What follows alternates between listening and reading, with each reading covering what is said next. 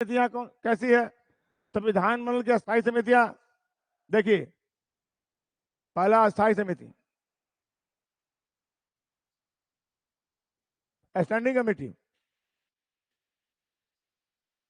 Standing committee, standing committee,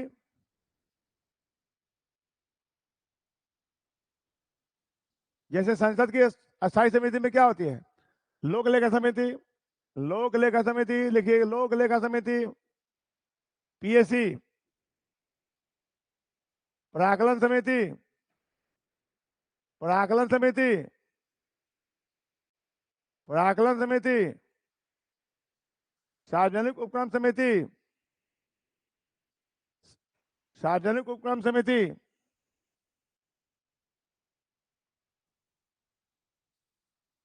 विशेषाधिकार समिति,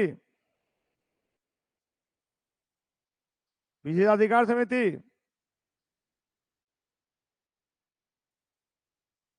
याचिका समिति, याचिका समिति,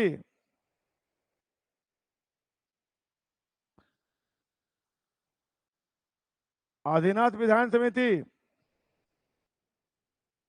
आदिनाथ विधान समिति,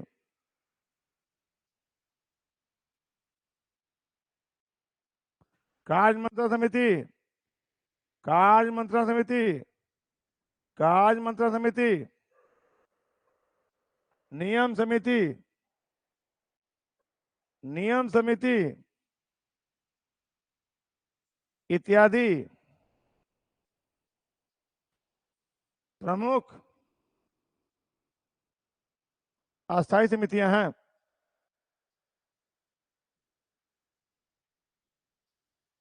प्रमुख अस्थायी समितियां हैं, यानी संसद की तरह। इसका मतलब क्या हुआ? संसद की तरह, संसद की तरह विधानमंडल की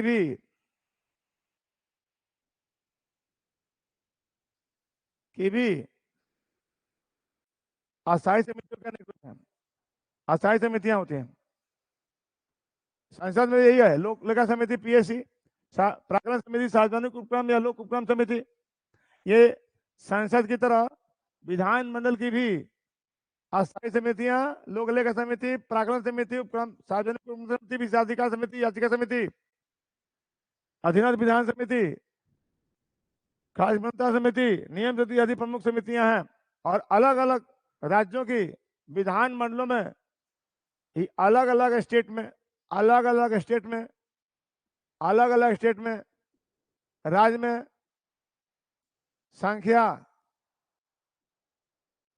सदस्य की अलग अलग होती है, सदस्य की अलग अलग होती है, अलग अलग होती है, अलग अलग होती है। ये एक राज्य में जो होती है दूसरे राज्य में उससे अलग होती है। हर राज्य की अलग अलग, इसको याद नहीं रखना है, ये जानना है कि संसद की तरफ विधानमंडल की समितियां भी होती हैं। जैसे बिहार विधानमंडल की लोक लेखा समिति है, प्राकलन समिति है, सार्वजनिक उपक्रम समिति है। जैसे लोक लेखा समिति का अध्यक्ष संसद में विपक्ष का होता है, जैसे लोक लेखा समिति का अध्यक्ष संसद में विपक्ष का होता है, वैसे विधानमंडल की लोक लेखा समिति, विधानमंडल की लोक लेखा समिति का अध्यक्ष भी, इसका भी अध्यक्ष भी विपक्ष का होता है, या इसका भी अध्यक्ष विपक्ष का होता है, विपक्ष का मेंबर होता है, अपोजिशन का होता है। बस उसके बाद आता है, तो ये है विधानमंडल की अस्थायी समितियां। अब आता है अस्थायी समितियां। ये अस्थायी समितियां हैं, ये अस्थायी समितियां हैं, संसद की तरह ठीक, संसद की तरह ठीक विधानमंडल की अस्थायी समितियां। इसमें याद नहीं रखना है, केवल ये जानना है कि होती हैं। दूसरा है अस्थायी समिति, अस्थायी या तदर्थ समिति, अस्थायी तदर्थ समिति, एडहॉक कमेटी। जैसा कि पहले बता दिया कि समिति का गठन किसी निश्चित उद्देश्य के लिए किया जाता है, इसका गठन किसी निश्चित उद्देश्य के लिए किया जाता है और उद्देश्य पूरा हो जाने के पश्चात भंग कर दिया जाता है। ये समिति हमेशा काम नहीं करती है, इसलिए ये no existence at all, no existence at all, ये हमेशा नहीं रहती है। एट ऑल, ये हमेशा नहीं रहती है, हमेशा नहीं रहती है, किसी निश्चित उद्देश्य के लिए, किसी खास कार्य के लिए गठित की जाती है और काम पूरा हो जाने के बाद भंग कर दी जाती है संसद की तरह। और विधानमंडल की अस्थायी समिति में प्रवर समिति, प्रवर समिति तथा विधानमंडल की जांच समिति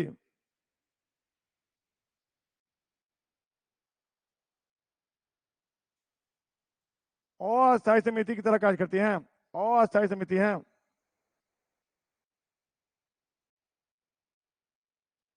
बस, और अलग अलग राज्यों में ये प्रवर समिति संसद की भी अस्थायी होती है, विधानमंडल की भी अस्थायी समिति होती है।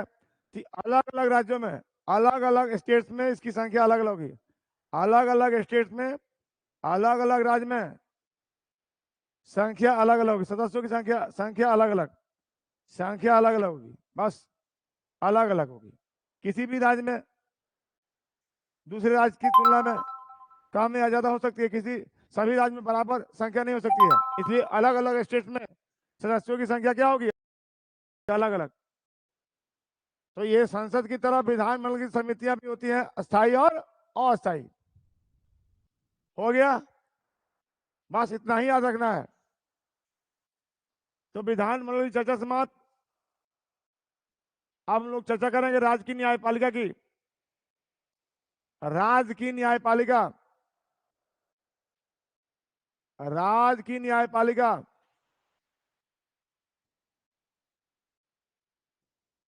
राज्य की न्यायपालिका स्टेट जुडिशियरी, स्टेट जुडिशियरी, राज्य की न्यायपालिका, राज्य की न्यायपालिका स्टेट जुडिशियरी, राज्य की न्यायपालिका का उल्लेख कहां से कहां तक है देख लीजिए।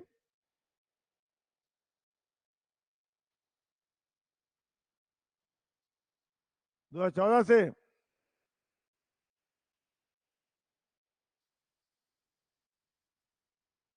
37 तक। अब इसमें क्या है राज्य की न्यायपालिका में, राज्य की न्यायपालिका में शीर्ष पर क्या है,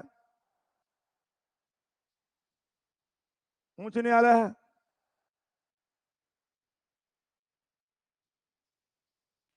और उसके अधीन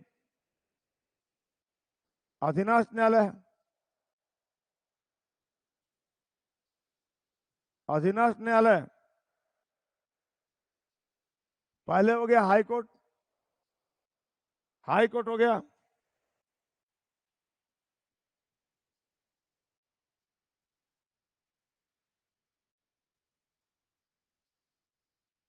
हाई कोर्ट हो गया,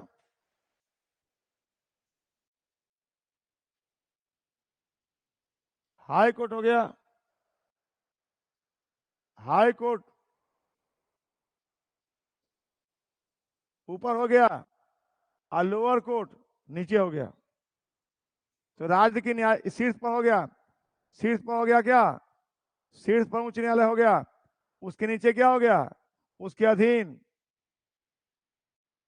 अधीनस्थ न्यायालय हो गया।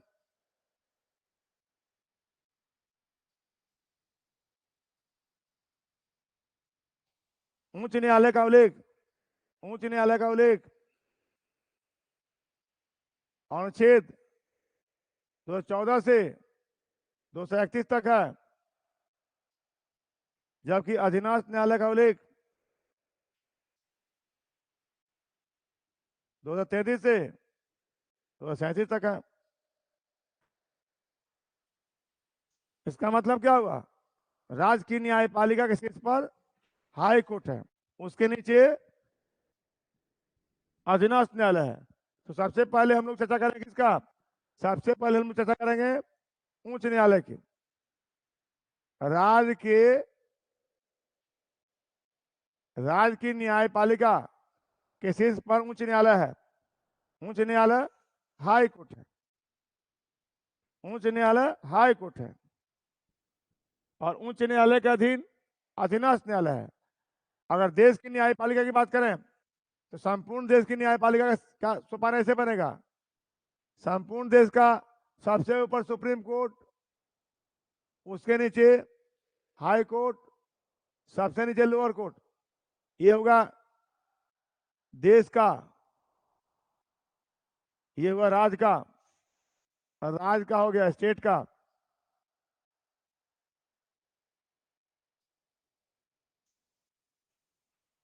तो उच्च न्यायालय राज्य का शीर्ष न्यायालय है, उच्च न्यायालय राज्य का शीर्ष न्यायालय है, उच्च न्यायालय हाई कोर्ट राज्य का शीर्ष न्यायालय है। और देश की बात करें तो देश में सबसे पहले सुप्रीम कोर्ट है, उसके अधीन हाई कोर्ट है, उसके अधीन लोअर कोर्ट है। देश में सबसे पहले क्या आता है? सुप्रीम कोर्ट,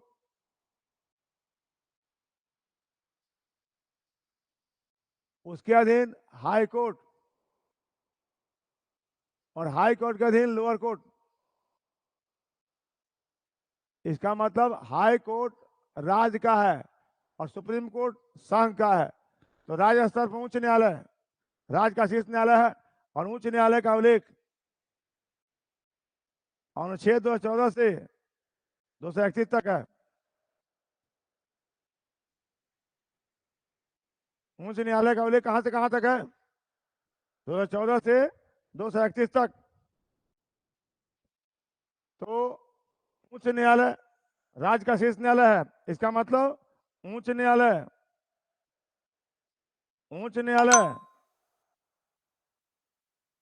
राज्य का शीर्ष न्यायालय है। राज्य का शीर्ष न्यायालय है।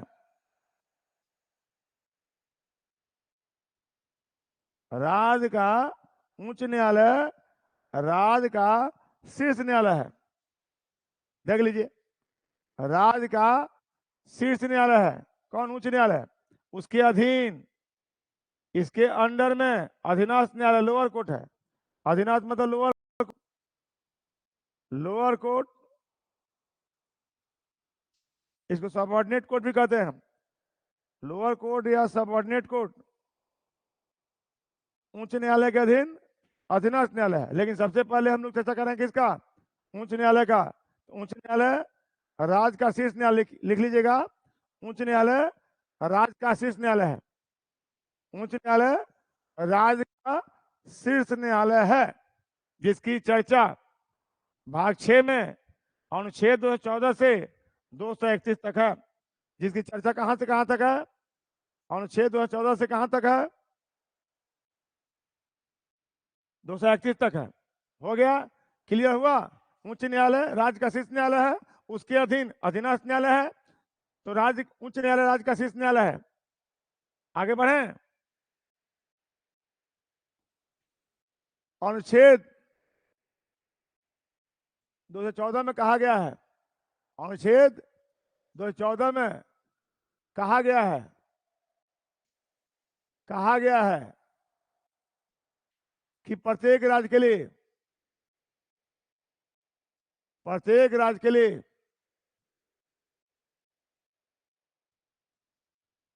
एक उच्च न्यायालय होगा। प्रत्येक राज्य के लिए एक उच्च न्यायालय होगा। उच्च न्यायालय होगा। संविधान का अनुच्छेद 14 क्या कहता है? एक 214 क्या कहता है? संविधान का अनुच्छेद 214 कहता है, संविधान का अनुच्छेद 214 कहता है, संविधान का अनुच्छेद 214 कहता है कि प्रत्येक राज्य के लिए एक उच्च न्यायालय होगा, एक उच्च न्यायालय होगा। लेकिन क्या प्रत्येक राज्य के लिए उच्च न्यायालय है? नहीं। भारत में 28 राज्य हैं और उच्च न्यायालय की संख्या 25 है। 14 में कहा गया है, 214 में प्रत्येक राज्य के लिए उच्च न्यायालय होगा, लेकिन प्रत्येक राज्य के लिए उच्च न्यायालय नहीं है, क्योंकि भारत में 28 राज्य हैं, 28 राज्य हैं और उच्च न्यायालय की संख्या 25 है। उच्च न्यायालय की संख्या कितनी है? उच्च न्यायालय की संख्या है 25। और 28 स्टेट है। इसका मतलब कि प्रत्येक राज्य के पास, कुछ राज्य ऐसे हैं जिनके पास अपना उच्च न्यायालय नहीं है। क्यों? क्यों? क्योंकि संसद को अनुच्छेद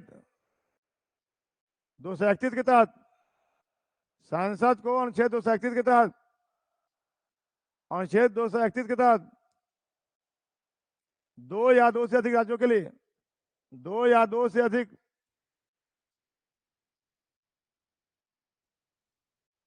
राज्यों अथवा अथवा अथवा अथवा दो या दो से अधिक राज्यों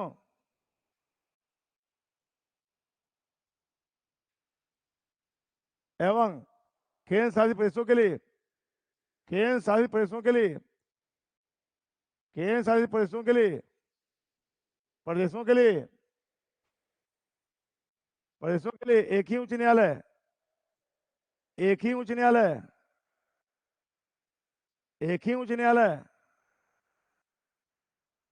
एक ही उच्च न्यायालय की स्थापना करने की, स्थापना करने की शक्ति प्राप्त है।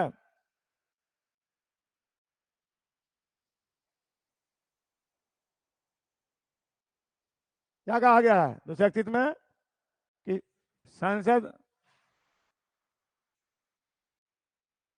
संसद को संसद को क्या दिया गया? संसद को अनुच्छेद 231 के तहत दो या दो से अधिक राज्यों अथवा दो या दो से अधिक राज्यों एवं केंद्र शासित प्रदेशों, एवं केंद्र शासित प्रदेशों मतलब यूटीज, यूटीज, यूटी मतलब केंद्र शासित प्रदेश, केंद्र शासित प्रदेश के लिए एक ही उच्च न्यायालय, एक ही उच्च न्यायालय मतलब common high court, common high court, common high court की स्थापना करने की शक्ति प्राप्त है। दो या दो से अधिक राज्यों या दो या दो से अधिक राज्यों एवं केंद्र शासित प्रदेशों के लिए एक ही उच्च न्यायालय की स्थापना करने की शक्ति प्राप्त है। किसको? किसको प्राप्त है? संसद को प्राप्त है। किसको प्राप्त है? सांसद को। सांसद किस अनुच्छेद के तहत? 231 के तहत। इसीलिए कुछ राज्यों के पास अपना उच्च न्यायालय नहीं है और कहीं कहीं साझा उच्च न्यायालय है। ठीक है, लिख लिए, आगे बढ़े। अनुच्छेद 231 के तहत दो या दो से अधिक राज्यों अथवा दो या दो से अधिक राज्यों एवं केंद्र शासित प्रदेशों के लिए एक ही उच्च न्यायालय की स्थापना करने की शक्ति प्राप्त है। किसको? संसद को। अब सर्वोच्च न्यायालय में बताइए, ऑनलाइन वाले, सर्वोच्च न्यायालय में न्यायाधीशों की संख्या तय करने की शक्ति किसको है? बोलिए, सर्वोच्च न्यायालय में न्यायाधीश कितने होंगे ये कौन तय करता है? जल्दी से टाइप करके बताइए।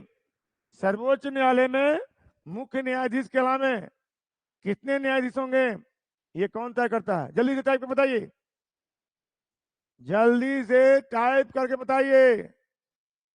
राजकुमार अरवल, राजकुमार अरवल, जल्दी के बताओ तो कि सर्वोच्च न्यायालय में न्यायाधीशों की संख्या कौन तय करता है? राजकुमार। गलत। सर्वोच्च न्यायालय में न्यायाधीशों की संख्या कौन तय करता है? राष्ट्रपति। गलत। राजकुमार अरवल, राजकुमार फ्रॉम अरवल, ये बताओ कि सर्वोच्च न्यायालय में न्यायाधीशों की संख्या कौन तय करता है? कितने न्यायाधीश होंगे ये कौन तय करता है? संसद सही है, संसद सही है, राष्ट्रपति नहीं होगा। सुप्रीम कोर्ट में याद रखेगा, सुप्रीम कोर्ट में न्यायाधीश कितने होंगे ये तय करता है संसद। ठीक है, और उच्च न्यायालय में यह संख्या तय करने का अधिकार राष्ट्रपति को है, याद रखिएगा। उच्च न्यायालय में राष्ट्रपति, सर्वोच्च न्यायालय में संसद। ये अरवल का राजकुमार जो है ये बराबर फोन करते रहता है, और आज इसको हम नाम रखकर पुकार रहे हैं कि पता नहीं ऑनलाइन है या नहीं, ऑनलाइन है या नहीं, जरा लिख के टाइप करके बताओ तो। अरवल, ये राजकुमार अरवल आप ऑनलाइन है या नहीं, बताइए आप हैं कि नहीं पहले। अरे बताओ कि तुम लोग ऑनलाइन जुड़े हो कि नहीं जुड़े हो। अच्छा, तो ये पता चल गया कि आप ऑनलाइन नहीं रहते, नहीं आप बाद में वीडियो लेकर पढ़ते हैं, ऑनलाइन नहीं रहते हैं। तो सुप्रीम कोर्ट में कितने न्यायाधीश होंगे ये संसद तय करती है, और हाई कोर्ट में न्यायाधीश कितने होंगे राष्ट्रपति तय करते हैं। समझ में आई बात। लेगा अनुच्छेद 216 के तहत उच्च न्यायालय में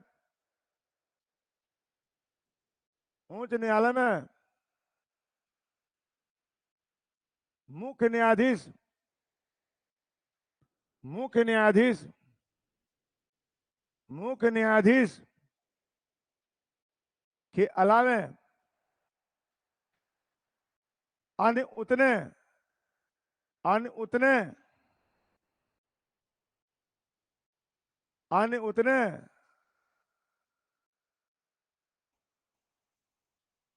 अन्य उतने न्यायाधीश होंगे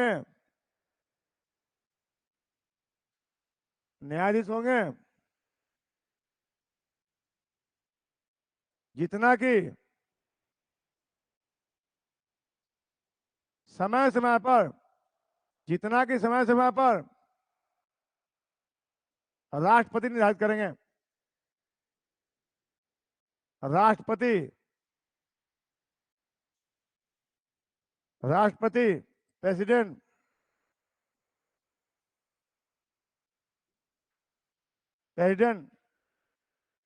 निर्धारित करेंगे।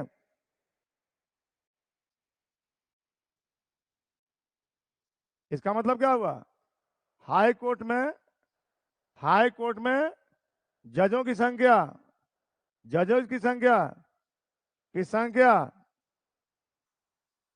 कौन तय करता है? राष्ट्रपति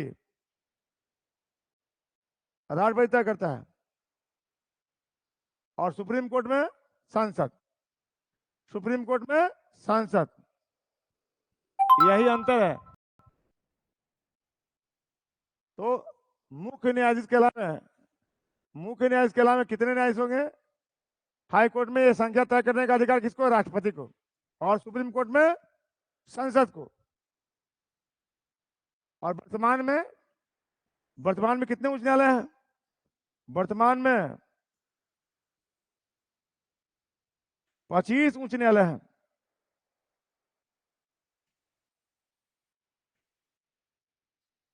भारत में कितने उच्च न्यायालय हैं? वर्तमान में 25 उच्च न्यायालय हैं। 25 उच्च न्यायालय हैं। 25 उच्च न्यायालय हैं। ये इसमें कितने उच्च न्यायालय हैं? और 25वां उच्च न्यायालय कौन है? 25वां उच्च न्यायालय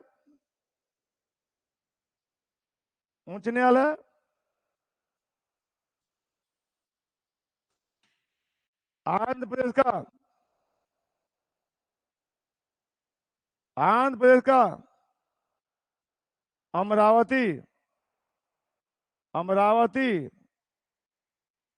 उच्च न्यायालय है जो 1 जनवरी 2019 से कार्यरत है। 1 जनवरी 2019 से कार्यरत है। 1 जनवरी 2019 से कार्यरत है। तो 25वां उच्च न्यायालय कौन सा है बोलिए? 25वां उच्च न्यायालय 25वां उच्च न्यायालय आंध्र प्रदेश का उच्च न्यायालय है। आंध्र प्रदेश का अमरावती उच्च न्यायालय है, जो कब से काम कर रहा है? 1 जनवरी 2019 से। कार्यरत है।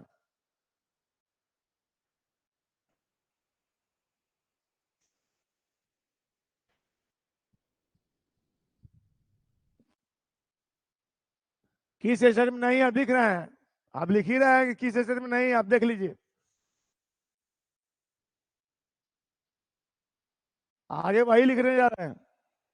इसका मतलब कुछ साझा उच्च न्यायालय है, साझा उच्च न्यायालय है, साझा उच्च न्यायालय है। जैसे, जैसे लिखे चलिएगा, जैसे, जैसे कलकत्ता उच्च न्यायालय, कलकत्ता उच्च न्यायालय, कलकत्ता उच्च न्यायालय, पश्चिम बंगाल के अलावा, पश्चिम बंगाल के अलावा, पश्चिम बंगाल के अलावा, अंडमान निकोबार, अंडमान निकोबार द्वीप समूह का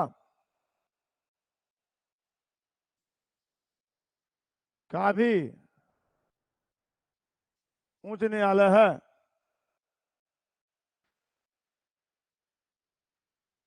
उच्च न्यायालय है। इसी तरह मद्रास उच्च न्यायालय, मद्रास उच्च न्यायालय,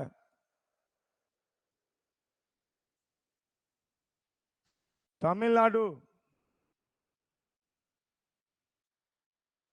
तथा पुडुचेरी,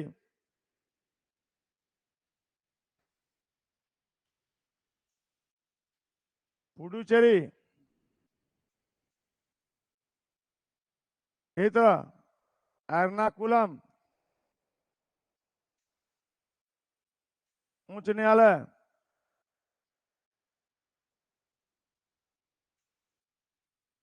केरल तथा लक्षद्वीप,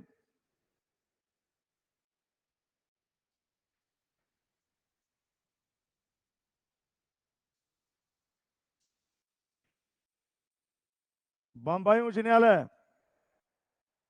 बंबई उच्च न्यायालय,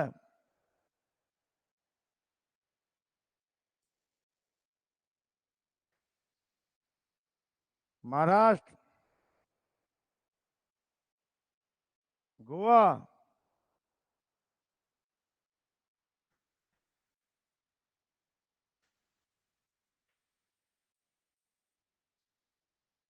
तथा दमन दीव, दादरा नगर हवेली,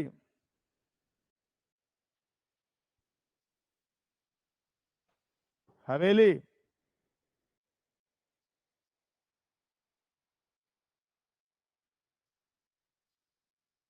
हवेली, गुवाहाटी, गुवाहाटी उच्च न्यायालय,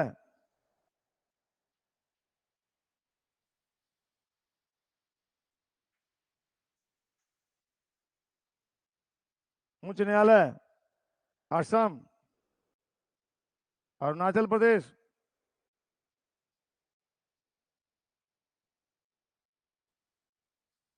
मिजोरम, नागालैंड,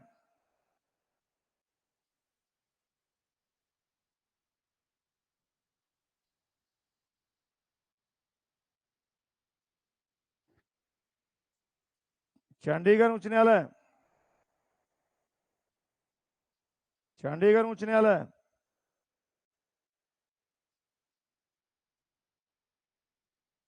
पंजाब हरियाणा, हरियाणा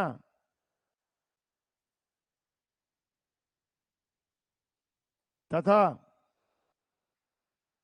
तथा केंद्र शासित प्रदेश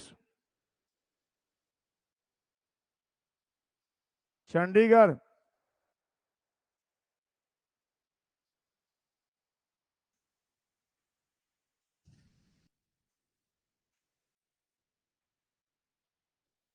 चंडीगढ़,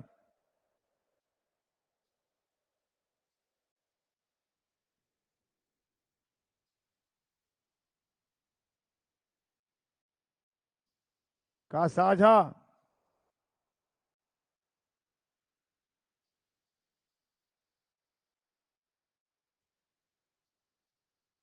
उच्च न्यायालय है।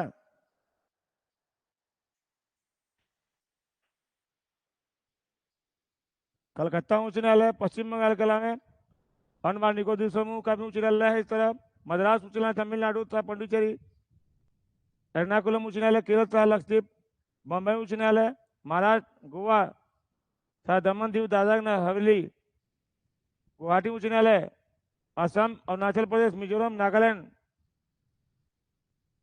चंडीगढ़ उच्च न्यायालय पंजाब हरियाणा तथा केंद्र शासित प्रदेश चंडीगढ़ के लिए चंडीगढ़ का साझा उच्च न्यायालय है।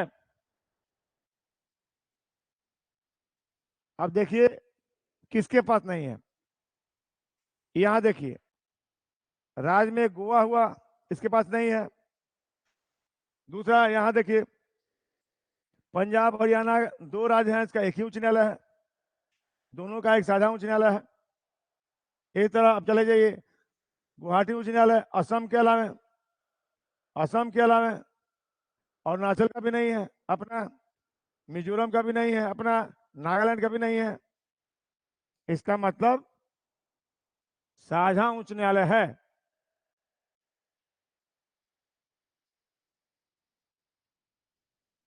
तो ये कुछ उदाहरण है जिसके माध्यम से हमने बताने की कोशिश की कि कौन कौन सा उच्च न्यायालय, कौन कौन सा उच्च न्यायालय कॉमन हाई कोर्ट है। Common high court, common high court है, साझा उच्च न्यायालय है। और ये एक ही उच्च न्यायालय एक से दो से अधिक राज्यों या एक से अधिक राज्यों और केंद्र शासित प्रदेशों के लिए कार्य करते हैं। ठीक है, तो ये कुछ साझा उच्च न्यायालय है और 25 उच्च न्यायालय है। वर्तमान में कितने उच्च न्यायालय है? वर्तमान में 25 ही उच्च न्यायालय है, 25 उच्च न्यायालय है। और 25वां उच्च न्यायालय कौन है? अमरावती उच्च न्यायालय। अब क्लियर हुआ राहुल जी? राहुल कुमार जी, कॉन्सेप्ट क्लियर हुआ? लिखिए राहुल कुमार जी, आप लिखिए, समझ में आई बात? लिखिए, मैसेज कीजिए। राहुल कुमार जी मेरी बात समझ रहे हैं तो लिखिए, कॉन्सेप्ट क्लियर हुआ? अरे मैसेज करो भाई।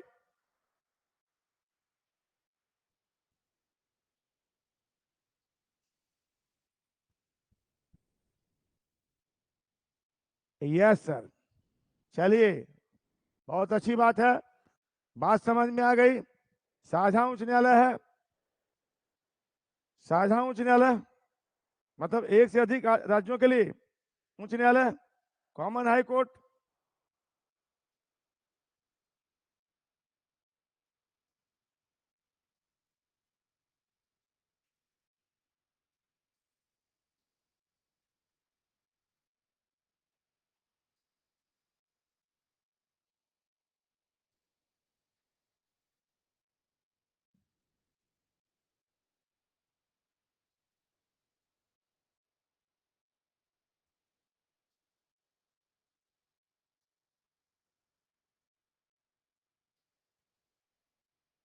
चलिए हो गया, आगे बढ़े, हो गया।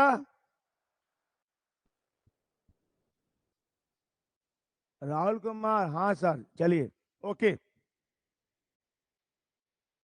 अब उच्च न्यायालय में न्यायाधीशों की नियुक्ति, न्यायाधीशों की नियुक्ति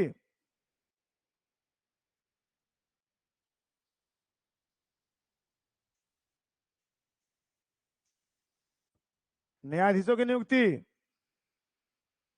सर्वोच्च न्यायालय में न्यायाधीशों की नियुक्ति कौन करता है? सर्वोच्च न्यायालय में न्यायाधीशों की नियुक्ति राष्ट्रपति करते हैं। उच्च न्यायालय में भी न्यायाधीशों की नियुक्ति राष्ट्रपति करते हैं। उच्च न्यायालय में भी न्यायाधीशों की नियुक्ति राष्ट्रपति करते हैं। इसका उल्लेख अनुच्छेद 217 में है।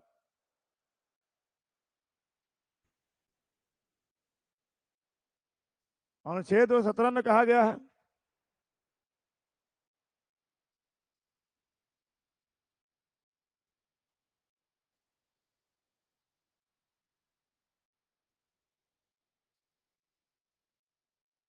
न्यायाधीशों की नियुक्ति का उल्लेख 217 में है। और सर्वोच्च न्यायालय में न्यायाधीशों की नियुक्ति राष्ट्रपति करते हैं।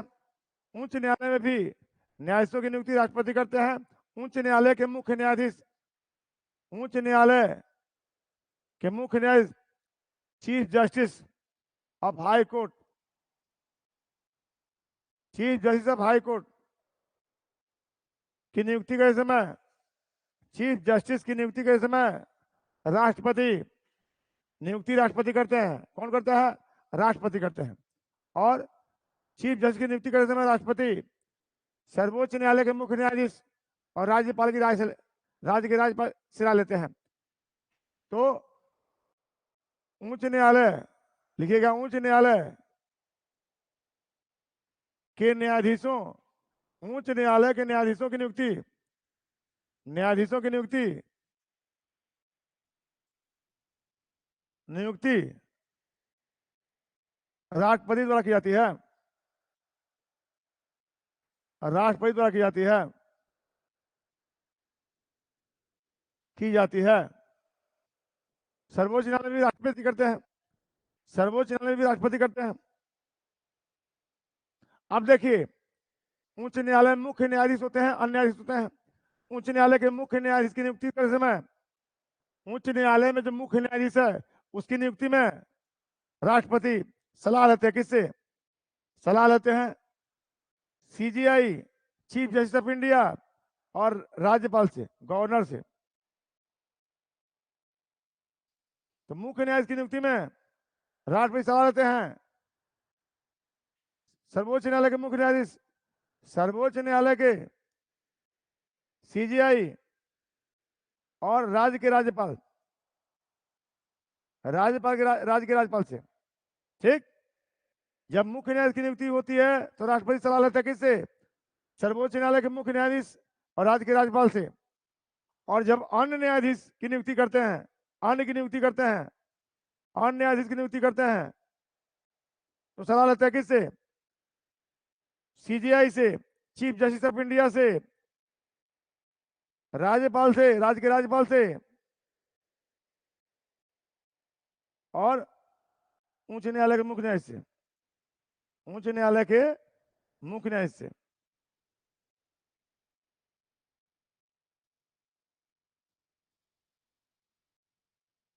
अब समझिए बात को। जब मुख्य न्यायाधीश उच्च न्यायालय की नियुक्ति करते हैं, उच्च न्यायालय के मुख्य न्यायाधीश की नियुक्ति में राष्ट्रपति सलाह मांगते हैं। किससे? सर्वोच्च न्यायालय के मुख्य न्यायाधीश और राज्य के राज्यपाल से, राइट। लेकिन जब अन्य न्यायाधीश की नियुक्ति करते हैं राष्ट्रपति उच्च न्यायालय में तो राय मांगते हैं। किससे? सर्वोच्च न्यायालय के मुख्य न्यायाधीश, राज्य के राज्यपाल, governor of state, governor of state और उच्च न्यायालय के मुख्य न्यायाधीश भी आते हैं इसमें। लिखिएगा, लिखिएगा, उच्च न्यायालय के मुख्य न्यायाधीश की नियुक्ति में उच्च न्यायालय के, उच्च न्यायालय के मुख्य न्यायाधीश की नियुक्ति में, मुख्य न्यायाधीश की नियुक्ति में, उच्च न्यायालय के मुख्य न्यायाधीश की नियुक्ति में, नियुक्ति में राष्ट्रपति, राष्ट्रपति सर्वोच्च न्यायालय के मुख्य न्यायाधीश, सर्वोच्च न्यायालय के मुख्य न्यायाधीश, सर्वोच्च न्यायालय के मुख्य न्यायाधीश, सर्वोच्च न्यायालय के मुख्य न्यायाधीश सीजीआई, सर्वोच्च न्यायालय के मुख्य न्यायाधीश तथा राज्य के राज्यपाल से, राज्य के राज्यपाल से, राज्य के राज्यपाल से सलाह मांगते हैं। राज्य के राज्यपाल राज्य के राज्यपाल से राज्य के राज्यपाल से सलाह मांगते हैं। राज्य के राज्यपाल सलाह मांगते हैं। राज्य के राज्यपाल से सलाह मांगते हैं। उच्च न्यायालय के मुख्य न्यायाधीश की नियुक्ति में राष्ट्रपति, सर्वोच्च न्यायालय के मुख्य न्यायाधीश और राज्य के राज्यपाल मतलब गवर्नर, गवर्नर ऑफ स्टेट, राज्य के राज्यपाल से सलाह मांगते हैं। जबकि जबकि जबकि उच्च न्यायालय के उच्च न्यायालय के जबकि उच्च न्यायालय के अन्य न्यायाधीशों की नियुक्ति में अन्य न्यायाधीशों की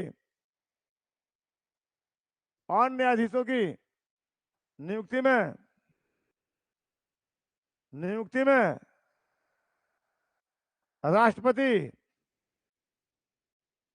राष्ट्रपति जबकि उच्च न्यायालय के अन्य न्यायाधीशों की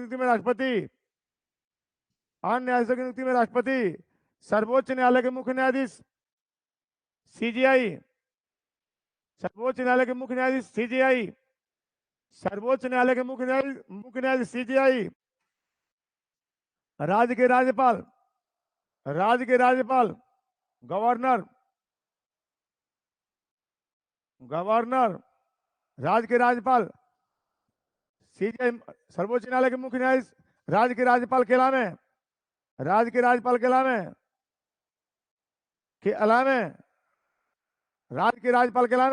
उच्च न्यायालय के मुख्य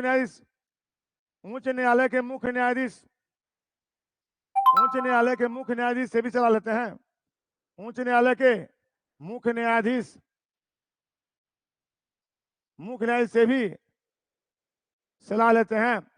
से भी सलाह लेते हैं। उच्च न्यायालय के मुख्य न्यायाधीश से भी सलाह लेते हैं। उच्च न्यायालय के मतलब अन्य न्यायाधीश की नियुक्ति में राष्ट्रपति सलाह लेते हैं। किससे? सर्वोच्च न्यायालय के मुख्य न्यायाधीश, राज्य के राज्यपाल और उच्च न्यायालय के मुख्य न्यायाधीश।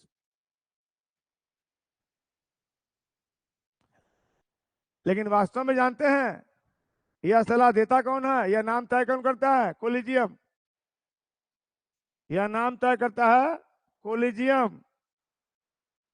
और कोलिजियम की प्रणाली कब से है इंडिया में?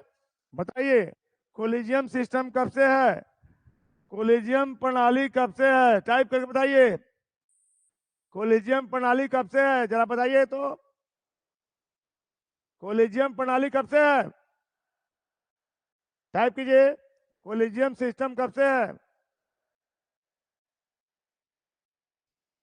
कोलिजियम प्रणाली कब से है?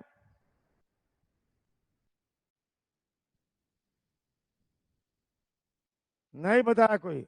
1993 से कोलिजियम प्रणाली 1993 से है। सुप्रीम कोर्ट के जजमेंट से है। सुप्रीम कोर्ट ने जजमेंट के जरिए कोलिजियम प्रणाली को स्थापित किया है। 1993 से लिखेगा, आगे लिखिए। परंतु वास्तव में यह सलाह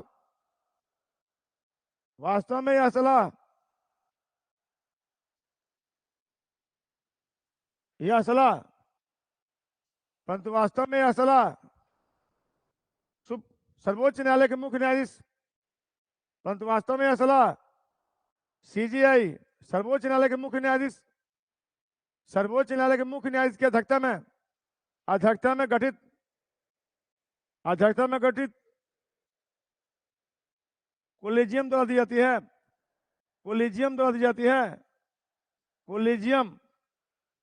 दी जाती है। कोलिजियम द्वारा दी जाती है।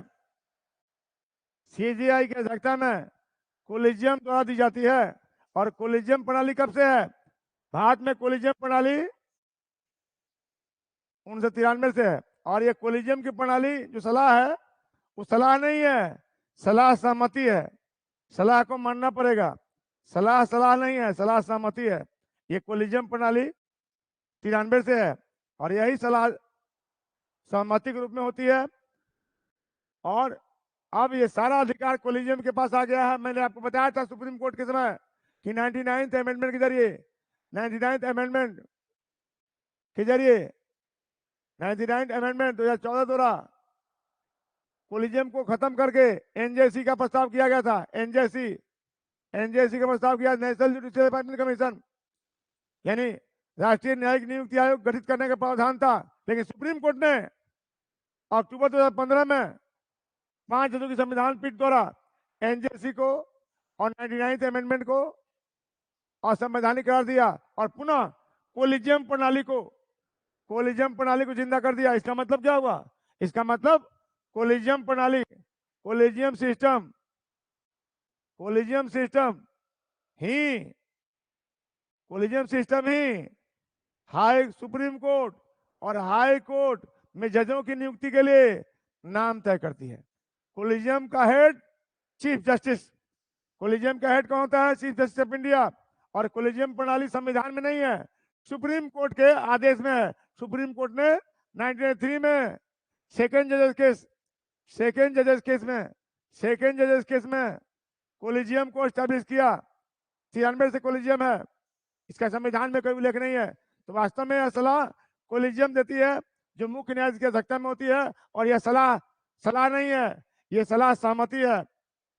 यानी कोलिजियम ही मुख्य है। कोलिजियम को खत्म करने के लिए एक संविधान में संशोधन हुआ था और एनजेसी को एस्टैब्लिश करने का प्रावधान किया गया था, लेकिन सुप्रीम कोर्ट के 5 जजों की संविधान पीठ ने अक्टूबर 2015 में 99th अमेंडमेंट और एनजेसी को असंवैधानिक करार दिया और पुनः कोलिजियम को जिंदा कर दिया। तो आज सुप्रीम कोर्ट और हाई कोर्ट में जजों की नियुक्ति के लिए कोलिजियम ही मुख्य जिम्मेवार है, यही नाम तय करती है, जिसका हेड होता है सुप्रीम कोर्ट का मुख्य न्यायाधीश। अभी डी.वाई. चंद्रचूड़ है। अभी कौन है कोलिजियम का हेड? अभी है डी.वाई. चंद्रचूड़। अभी कोलिजियम का हेड कौन है? डी.वाई. चंद्रचूड़।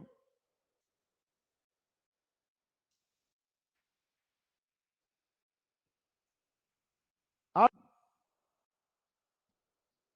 हाई कोर्ट का जज बनने के लिए क्या योग्यता होनी चाहिए? हाई कोर्ट के जज बनने के लिए, हाई कोर्ट के न्यायाधीश बनने के लिए क्या योग्यता होनी चाहिए?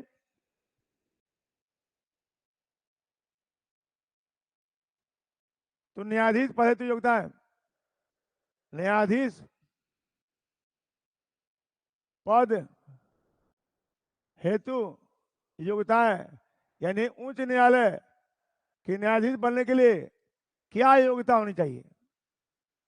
क्या योग्यता होनी चाहिए?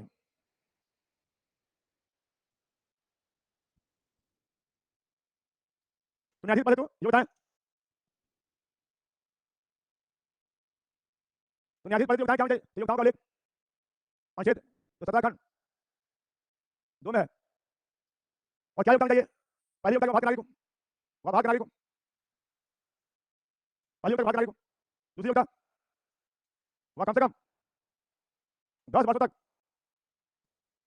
किसी उच्च न्यायालय में वकालत कर चुका हो, अथवा तीसरा, देखो तीसरा क्या, वह कम से कम 10 वर्षों तक किसी अधीनस्थ न्यायालय में, न्यायाधीश के पद पर कार्य कर चुका हो। इसका मतलब क्या हुआ? ये तो एसेंशियल है कि भाग को, ये एसेंशियल है कि भाग को, इसलिए एसेंशियल वह कम से कम 10 वर्षों तक किसी उच्च न्यायालय में वकालत कर चुका हो, अथवा अगर ये नहीं हो तो कम से कम 10 वर्षों तक किसी अधीनस्थ न्यायालय में, मतलब लोअर कोर्ट में या डिस्ट्रिक्ट कोर्ट में, लोअर कोर्ट में न्यायाधीश मतलब जज, न्यायाधीश के पद पर कार्य कर चुका हो। इसका मतलब क्या होगा? ऑप्शन क्या होगा? पहला और दूसरा, या पहला या तीसरा। यानी जज बनने के लिए या तो पहला चाहिए, या अगर दूसरा नहीं हो तो तीसरा चाहिए। तो पहला या दूसरा होगा, पहला ऑप्शन पहला या दूसरा होगा, या पहला या तीसरा होगा। मतलब भारत का नागरिक, ये कॉमन फैक्टर हो गया, ये कॉमन हो गया, ये कॉमन फैक्टर हो गया। और या तो ये होगा या ये होगा, बस 10 वर्षों तक उच्च न्यायालय में वकालत कर चुका हो, या 10 वर्ष तक किसी अधीनस्थ न्यायालय में न्यायाधीश के रूप में काम कर चुका हो। ठीक है, ये योग्यता होनी चाहिए न्यायाधीश बनने के लिए। कहां पर? हाई कोर्ट में। हाई कोर्ट में न्यायाधीश बनने के लिए योग्यता होनी चाहिए। नेक्स्ट, न्यायाधीशों का कार्यकाल,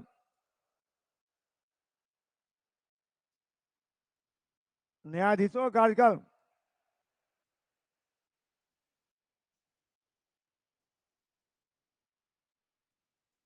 कार्यकाल, टेन्योर,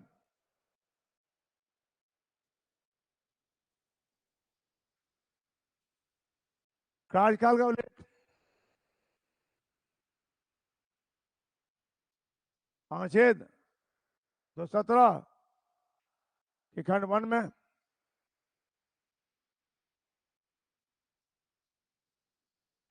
और उच्च न्यायालय के मुख्य न्यायाधीश एवं अन्य न्यायाधीशों का कार्यकाल 62 वर्ष का होता है। सर्वोच्च न्यायालय का 65 वर्ष और लोअर कोर्ट का 60 वर्ष। मतलब उच्च न्यायालय का मुख्य न्यायाधीश, उच्च न्यायालय का हाई कोर्ट का मुख्य न्यायाधीश और अदर जज 62 वर्ष की आयु तक, 62 वर्ष की आयु तक अपने पद पर कार्य करता है। जबकि सर्वोच्च न्यायालय का, जबकि सुप्रीम कोर्ट क्या होगा, सुप्रीम कोर्ट के न्यायाधीश कितने वर्ष की आयु तक रहते हैं बताइए? सुप्रीम कोर्ट के न्यायाधीश कितने वर्ष की आयु तक कार्य करते हैं? जल्दी कीजिए। सुप्रीम कोर्ट के न्यायाधीशों का कार्यकाल क्या होगा? सुप्रीम कोर्ट के मुख्य न्यायाधीश और न्यायाधीश का कार्यकाल क्या होगा? जल्दी कीजिए। सुप्रीम कोर्ट के जजों का कार्यकाल क्या होगा? जल्दी कीजिए। सुप्रीम कोर्ट के जजों का कार्यकाल 65 सही है। हाई कोर्ट का 62। देखो यहाँ पर एक पिक्चर बनाता हूँ, मैं पिक्चर बनाता हूँ।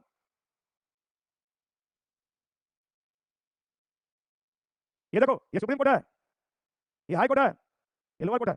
सुप्रीम कोर्ट के जजों की सेवानिवृत्ति का 65 वर्ष, हाई कोर्ट का 62 वर्ष और लोअर कोर्ट का 60 वर्ष। दिखाई पड़ रहा है जी? हाँ दिखाई तो पड़ रहा है। 65, 62, 60 आप लोग ग्राफ बना लीजिए, याद रहेगा आसानी से। 65 supreme court, 62 high court, 60 lower court. ठीक है, ये ग्राफ बना लीजिएगा। सुप्रीम कोर्ट का हो गया 65, हाई कोर्ट का हो गया 62, लोअर कोर्ट का 60। चलिएगा, उच्च न्यायालय के न्यायाधीश, उच्च न्यायालय के न्यायाधीश के न्यायाधीश, उच्च न्यायालय के न्यायाधीश, उच्च न्यायालय के न्यायाधीश,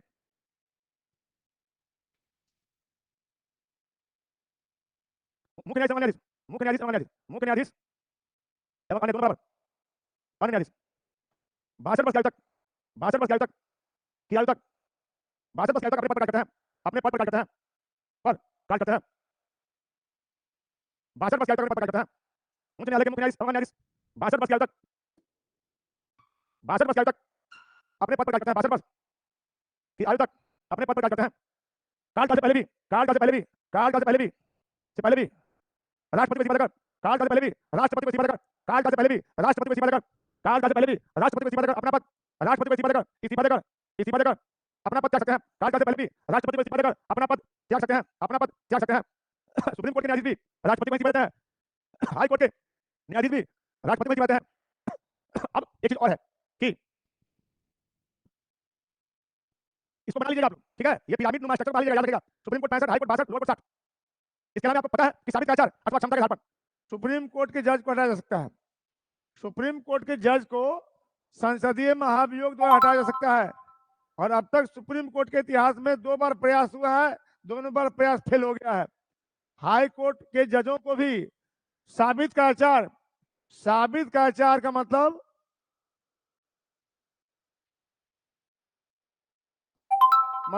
अपने पद का दुरुपयोग अथवा अक्षमता, अक्षमता मतलब काम करने में सक्षम न हो, साबित का आधार अथवा अक्षमता के आधार पर हाईकोर्ट के मुख्य न्यायाधीश या किसी अन्य न्यायाधीश को संसदीय महाभियोग जैसी प्रक्रिया द्वारा ठीक उसी प्रकार से हटाया जा सकता है, ठीक उसी प्रकार से हटाया जा सकता है।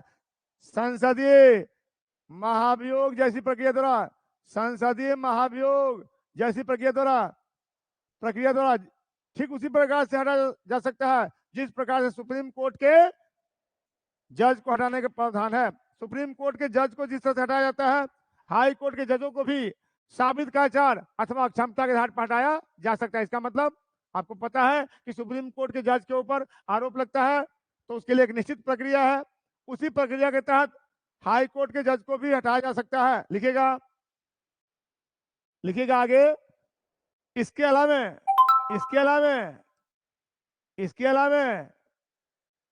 साबित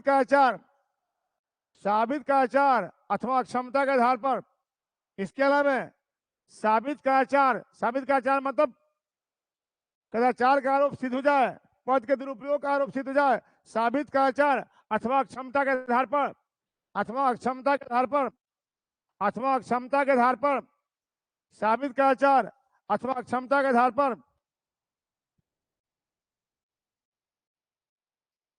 हिस्ट्री क्लास आज नहीं है भाई, हिस्ट्री वाले सर नहीं है, हिस्ट्री वाले नहीं है, इसलिए मेरा क्लास लंबा हो रहा है। हिस्ट्री वाले सर नहीं है इसलिए मेरा क्लास चल रहा है। कोई दिक्कत हो तो बोल दीजिए, हम छोड़ देते हैं।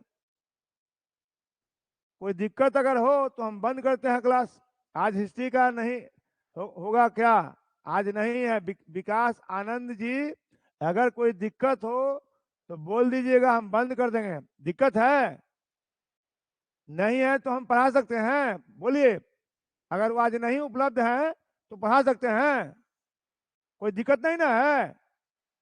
चलिए, इसके अलावा साबित का आचार अथवा क्षमता के आधार पर, साबित का आचार अथवा क्षमता के आधार पर उच्च न्यायालय के उच्च न्यायालय के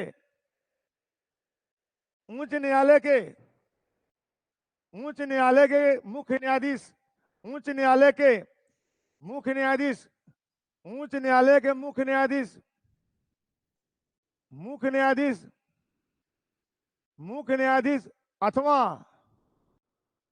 किसी अन्य न्यायाधीश को, अथवा किसी अन्य न्यायाधीश को, अन्य न्यायाधीश को,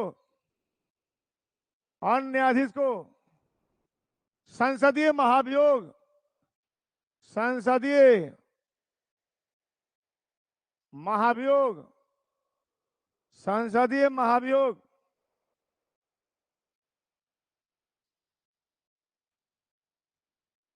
संसदीय महाभियोग, महाभियोग,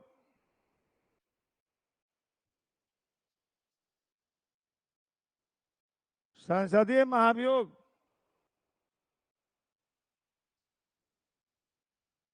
महाभियोग जैसी प्रक्रिया द्वारा, जैसी प्रक्रिया द्वारा द्वारा ठीक उसी प्रकार से, ठीक उसी प्रकार से हटाया जा सकता है, ठीक उसी प्रकार से हटाया जा सकता है, हटाया जा सकता है, हटाया जा सकता है, जिस प्रकार से, जिस प्रकार से सर्वोच्च न्यायालय के, सर्वोच्च न्यायालय के, सर्वोच्च न्यायालय के किसी न्यायाधीश, किसी न्यायाधीश को हटाए जाने का, सर्वोच्च न्यायालय के किसी न्यायाधीश, किसी न्यायाधीश को हटाए जाने का, हटाए जाने का प्रावधान है, हटाए जाने का प्रावधान है। मतलब कि सुप्रीम कोर्ट को जज को हटाने के लिए क्या किया जाता है? सुप्रीम कोर्ट को जज को हटाने के लिए लोकसभा या राज्यसभा में प्रस्ताव लाया जाता है। लोकसभा में लाने के लिए 100, राज्यसभा में लाने के लिए 50, उसके बाद लोकसभा अध्यक्ष या राज्यसभा के सभापति, चेयरमैन, उसकी जांच कराता है 3 सदस्यीय कमेटी से। 3 सदस्यीय कमेटी में कौन होगा? सुप्रीम कोर्ट का मुख्य न्यायाधीश या कोई अन्य न्यायाधीश, हाई कोर्ट का मुख्य न्यायाधीश और एक न्यायविद। 3 सदस्यीय समिति जांच करके रिपोर्ट देगी, 3 सदस्यीय समिति जांच करके रिपोर्ट देगी। उसके बाद सभापति, चेयरमैन, उसकी जांच कराता है 3 सदस्यीय कमेटी से। 3 सदस्यीय कमेटी में कौन होगा? सुप्रीम कोर्ट का मुख्य न्यायाधीश या कोई अन्य न्यायाधीश, हाई कोर्ट का मुख्य न्यायाधीश और एक न्यायविद। 3 सदस्यीय समिति जांच करके रिपोर्ट देगी, 3 सदस्यीय समिति जांच करके रिपोर्ट देगी। उसके बाद लोकसभा अध्यक्ष या राज्यसभा सभापति तो बहस कराएगा, बहस के उपरांत 2/3 बहुमत से पास होगा। अगर लोकसभा से पास हो गया तो राज्यसभा में जाएगा, राज्यसभा में जाएगा तो राज्यसभा में भी 2/3 बहुमत चाहिए, यानी दोनों सदनों से 2/3 बहुमत से उस प्रस्ताव को पास होना चाहिए।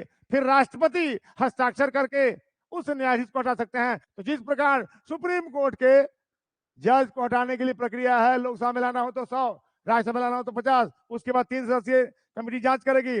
3 सदस्यीय न्यायिक कमेटी में कौन होगा? सुप्रीम कोर्ट लिखा चुके हैं, सुप्रीम कोर्ट का चीफ जस्टिस या कोई जस्टिस, हाई कोर्ट का एक जज, मुख्य न्यायाधीश और एक न्यायविद जांच करके रिपोर्ट देगा। तो लोकसभा अध्यक्ष या सभापति उस पर बहस कराएगा। बहस के उपरांत 2/3, 2/3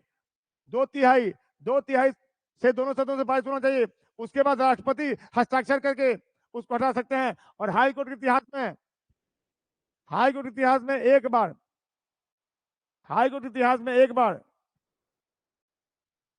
बार ये काम हुआ है, एक बार हुआ है वर्ष 2011 में। वर्ष 2011 में 11 में सिक्किम उच्च न्यायालय के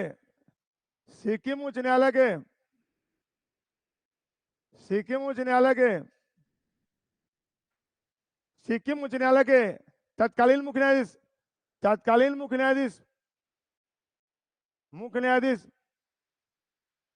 न्यायाधीश पीडी दिनाकरन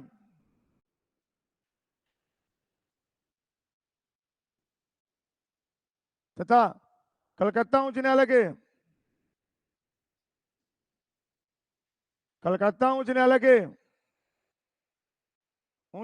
के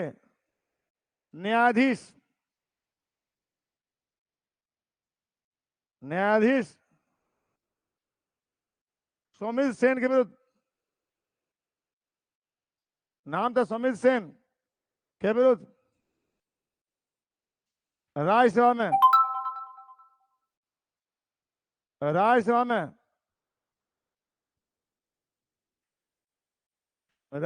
महाभियोग का प्रस्ताव लाया गया था। महाभियोग का प्रस्ताव लाया गया था।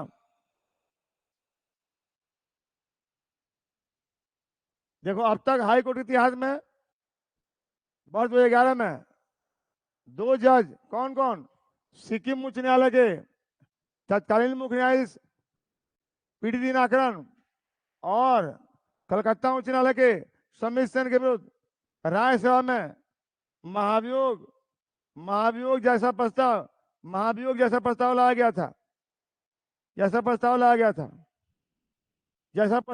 गया था।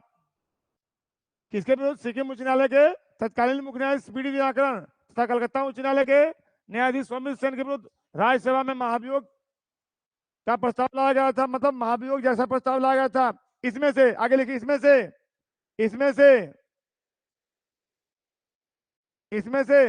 सौमित्र सेन के विरुद्ध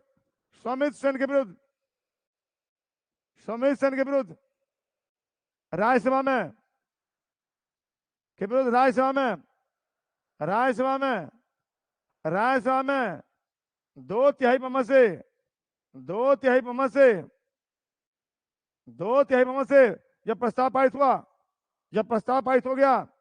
इसमें से सौमित्र सेन के विरुद्ध राज्यसभा में 2/3 बहुमत से जब प्रस्ताव पारित हो गया, इसमें से सौमित्र सेन के विरुद्ध राज्यसभा में 2/3 बहुमत से जब प्रस्ताव पारित हो गया, तो उन्होंने इस्तीफा दे दिया।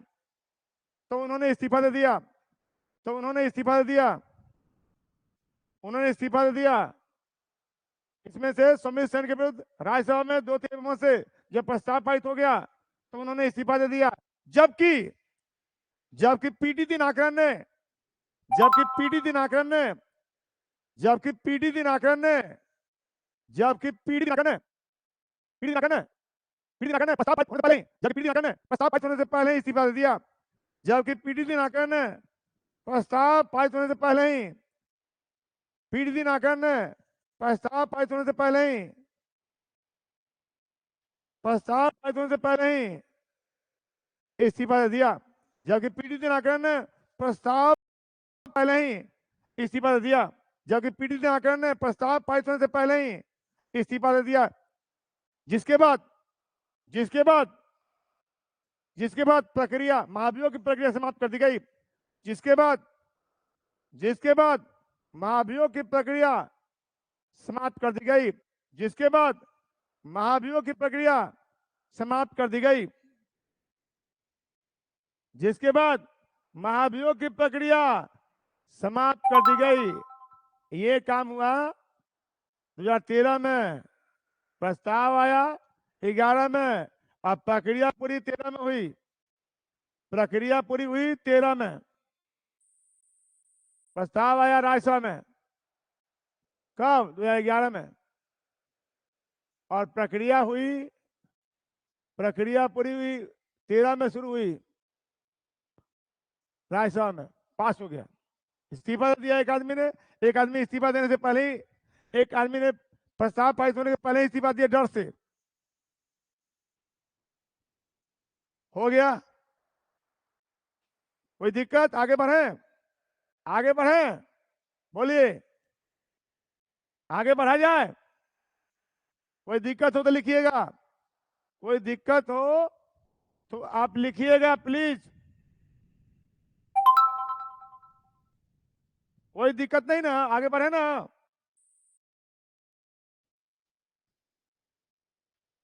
वेतन एवं भत्ता, वेतन एवं भत्ता, वेतन एवं भत्ता।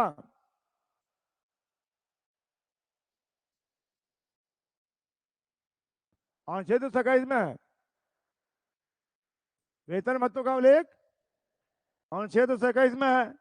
उच्च न्यायालय के न्यायाधीशों का वेतन भत्ता, उच्च न्यायालय के न्यायाधीशों का वेतन भत्ता राज्य की संचित निधि पर, राज्य की संचित निधि पर भारित होती है।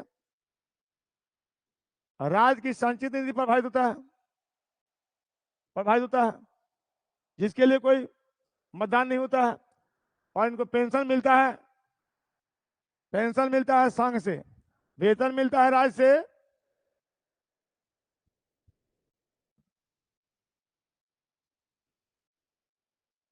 वेतन मिलता है राज्य से। वेतन कहां से मिलता है? राज्य से, राज्य की संचित से। पेंशन मिलता है कहां से? संघ से, संघ से मतलब संघ की संचित से। पेंशन संघ से और वेतन राज्य से। और वेतन भत्ता तय करने का अधिकार संसद को है। वेतन भत्ता तय करने का अधिकार संसद को है, लेकिन संसद इसमें कोई कमी कटौती नहीं कर सकती है। और वेतन के अलावा इन्हें निःशुल्क आवास एवं अन्य सुविधाएं मिलती हैं। और उच्च न्यायालय के मुख्य न्यायाधीश का वेतन अभी है 2,50,000, 2,50,000, 2,50,000। अन्य का वेतन है 2,25,000, 2,25,000। पहले कितना था? पहले था 90,000 और 80,000। मुख्य न्यायाधीश का पहले था 90,000, अन्य का 80,000। 2018 में बढ़ाकर संसद ने उच्च न्यायालय के मुख्य न्यायाधीश, उच्च न्यायालय के मुख्य न्यायाधीश का वेतन कितना कर दिया? उच्च न्यायालय 2,50,000 और अन्य का अदर कितना कर दिया? 2,25,000। कितना कर दिया संसद ने? ये संसद ने किस वर्ष बढ़ाया? 2018 में। तो लिखेगा, लिखेगा उच्च न्यायालय के, उच्च न्यायालय के न्यायाधीशों का वेतन एवं भत्ता, उच्च न्यायालय के न्यायाधीशों का वेतन भत्ता, उच्च न्यायालय के न्यायाधीशों का वेतन भत्ता राज्य की संचित निधि पर भागता है। उच्च न्यायालय के न्यायाधीशों का वेतन भत्ता राज्य की संचित निधि पर भागता है, राज्य की संचित निधि पर भागता है, राज्य की संचित निधि पर भागता है, जिसके लिए कोई बहस अथवा मतदान नहीं होता है। राज्य की संचित निधि पर भागता है, जिसके लिए कोई बहस अथवा मतदान नहीं होता है, जिसके लिए कोई बहस अथवा मतदान नहीं होता है, जिसके लिए कोई बहस अथवा मतदान नहीं होता है। उच्च न्यायालय के मुख्य न्यायाधीश को, उच्च न्यायालय के, उच्च न्यायालय के मुख्य न्यायाधीश को, मुख्य न्यायाधीश को, मुख्य न्यायाधीश को, मुख्य न्यायाधीश को प्रतिमा, प्रतिमा वेतन के रूप में, वेतन के रूप में 2,50,000 रुपए। जबकि अन्य न्यायाधीश को, जबकि अन्य न्यायाधीश को, अन्य न्यायाधीश को 2,25,000, 2,25,000 मिलते हैं, 2,25,000 मिलते हैं। मुख्य न्यायाधीश को 2.5 लाख, अन्य को 2.25 लाख। मुख्य न्यायाधीश को मिलता है 2,50,000, जबकि अन्य को 2,25,000 रुपए मिलते हैं। इसके अलावा मुख्य न्यायाधीश को मिला 2,50,000 प्रतिमा। ये हो गया मुख्य का। अन्य का हो गया 2,25,000 प्रतिमा। इसके अलावा, इसके अलावा इन्हें निःशुल्क आवास, इसके अलावा इन्हें निःशुल्क आवास, निःशुल्क आवास, अन्य भत्ते, निःशुल्क आवास, अन्य भत्ते, अन्य भत्ते सुविधा मिलते हैं। आवास, अन्य भत्ते, अन्य भत्ते अलावेंस सुविधा मिलते हैं, सुविधा मिलते हैं। इनके वेतन भत्तों का निर्धारण, इनके वेतन भत्तों का निर्धारण, इनके वेतन भत्तों का निर्धारण संसद करती है। इनके वेतन भत्तों का निर्धारण संसद करती है। इनके वेतन भत्तों का निर्धारण संसद करती है।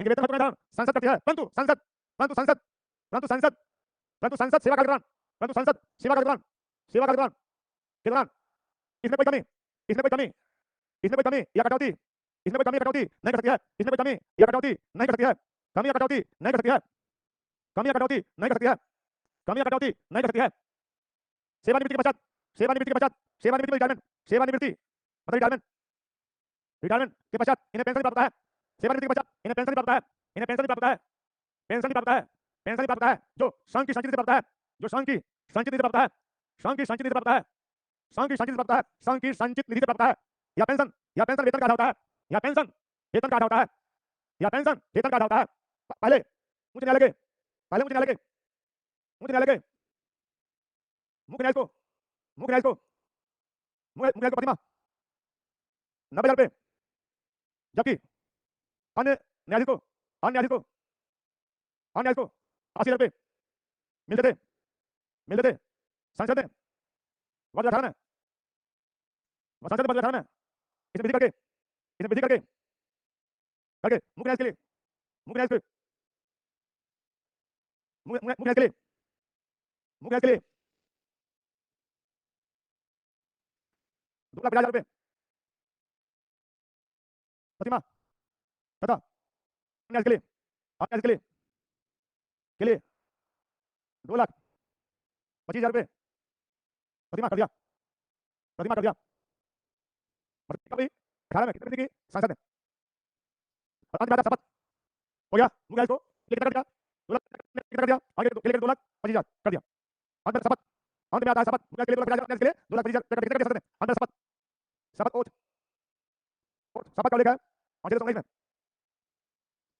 शपथ कब लेगा 2019 में और उच्च न्यायालय के न्यायाधीश राज्यपाल या राज्यपाल नियुक्त अधिकारी को शपथ लेते हैं उच्च न्यायालय के न्यायाधीश राज्यपाल अथवा राज्यपाल द्वारा नियुक्त अधिकारी के समक्ष शपथ ग्रहण करते हैं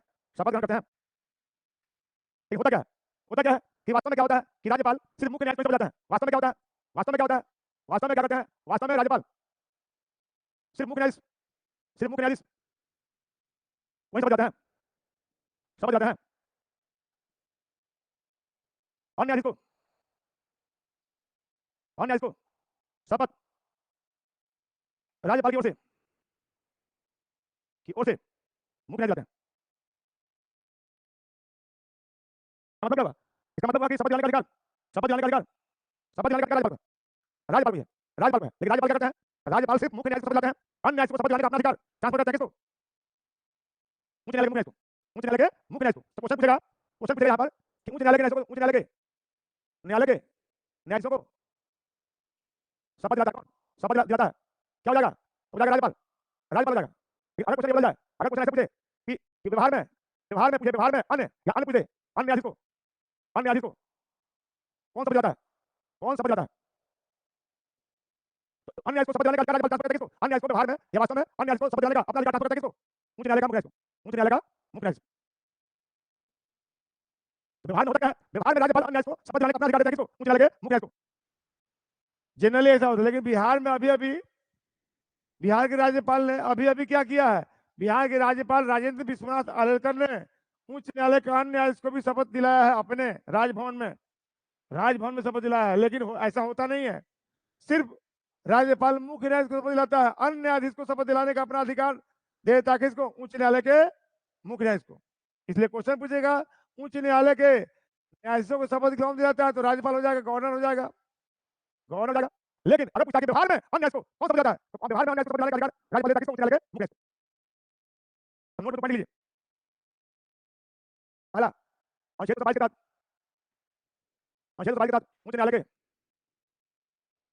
उच्च न्यायालय के न्यायाधीशों का स्थानांतरण कौन कर सकता है स्थानांतरण राष्ट्रपति द्वारा किया जाता है राष्ट्रपति द्वारा किया जाता है दूसरा पॉइंट अनुच्छेद 223 के तहत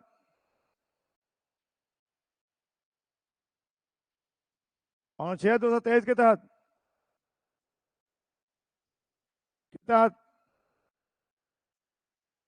राष्ट्रपति उच्च न्यायालय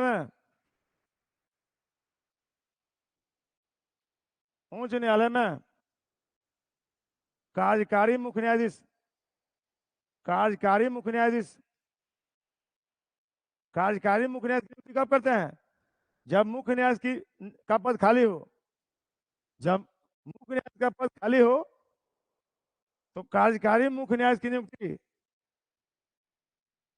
कर सकते हैं कौन? राष्ट्रपति। जब उच्च न्यायालय में मुख्य न्यायाधीश का पद खाली हो, नियमित बहाली ना हो, नियुक्ति ना हुई हो, तो राष्ट्रपति का अधिकार है किस अनुच्छेद के तहत? 223 के तहत कार्यकारी एक्टिंग चीफ जस्टिस की नियुक्ति करने का। तीसरा अनुच्छेद 224 के तहत राष्ट्रपति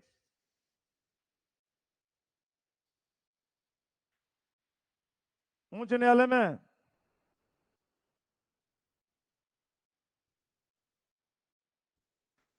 तदर्थ या अवर न्यायाधीशों की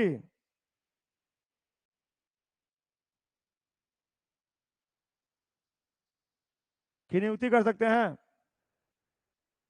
कब? जब कुछ जजों का पद खाली हो। जब उच्च न्यायालय में कुछ जजों का पद खाली हो तो अवर या तदर्थ न्यायाधीश की नियुक्ति करने का अधिकार किसको है? राष्ट्रपति को। किसको है? राष्ट्रपति। किस अनुच्छेद के तहत? 224 के तहत। तो पहला हो गया ट्रांसफर। ट्रांसफर कहां से होता है? 222 के तहत कौन करता है? राष्ट्रपति करते हैं। कार्यकारी मुख्य न्यायाधीश की नियुक्ति कौन करता है? राष्ट्रपति। किस अनुच्छेद के तहत? 223 के तहत। और तदर्थ न्यायाधीश की नियुक्ति कौन करता है? तदर्थ या अवर न्यायाधीश की नियुक्ति कौन करता है? राष्ट्रपति। किस अनुच्छेद के तहत? कब करते हैं? जब जजों का पद खाली हो गया। यहां पूरा हो जाता है। अगले क्लास में हम लोग उच्च न्यायालय की शक्तियों की चर्चा करेंगे। अगले क्लास में हम लोग नेक्स्ट में हम लोग पढ़ेंगे उच्च न्यायालय की शक्तियां। उच्च न्यायालय की शक्तियां उच्च न्यायालय की शक्तियां